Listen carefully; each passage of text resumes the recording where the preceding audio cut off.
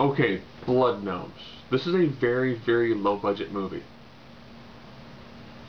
That is about people in the BDSM community being killed in some bizarre ways.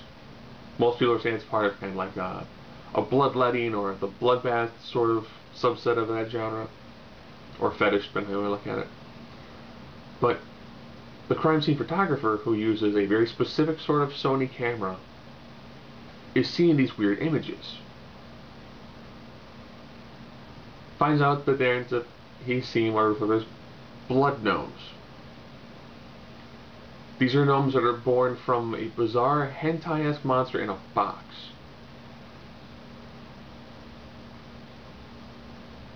The nice thing is, most of the time they're invisible. Sometimes they just have the weird, poorly done CGI shadow effect, and then other times they actually use little miniatures and props, and the props look decent. I really do enjoy when low-budget horror movies do physical props as opposed to always doing CGI. That having been said, this movie was almost made as like an excuse to do little bondage vignettes.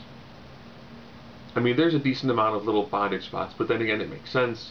The people in the bondage community are being killed. The blood gnomes themselves range from looking pretty decent when they show the actual, physical props, for low budget, to looking really bad when they do the weird pseudo smoke form of them. It's not bad in terms of a low budget horror film, but they spent a lot of time with the photographer. I mean, they really, really do develop his character. And he's kind of dull. It's a double-edged sword.